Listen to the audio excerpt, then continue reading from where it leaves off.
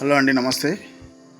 మీరు జనగామ జిల్లాలో మీరు తక్కువ రేటుకు ఎక్కువ భూమి చూస్తున్నట్టయితే ఇది మీకోసమేనండి. మొత్తం 6 ఎకరాల వ్యవసాయ భూమి అయితే రైతు దగ్గర నుండి అమ్మకానికి ఉన్నదండి.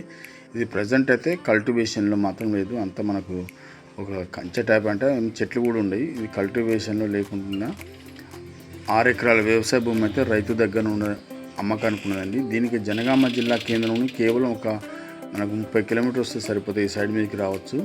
దీనికి తెలంగాణ రాష్ట్రానికి సంబంధించిన అన్ని పేపర్లు కూడా ఉన్నాయండి. ఎటువంటి ఇబ్బంది లేదు. దీనికి పక్కవారితోటి కానీ అన్నదమ్ములతోటి కానీ ఎటువంటి గొడవలు ఉండవు.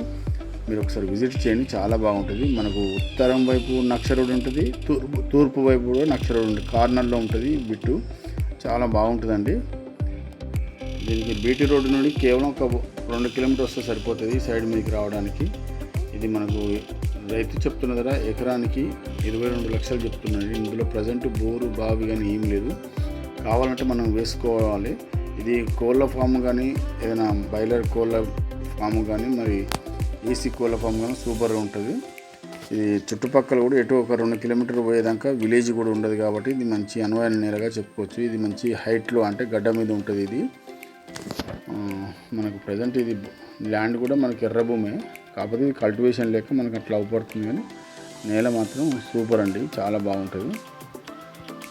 చూడొచ్చు, మనకు నేల మాత్రం ఇట్లా ఉంటుంది. భూమి అంతా మనకు ఒకవేళ కల్టివేషన్ చేసుకుంటే ఇట్లా ఉంటుంది.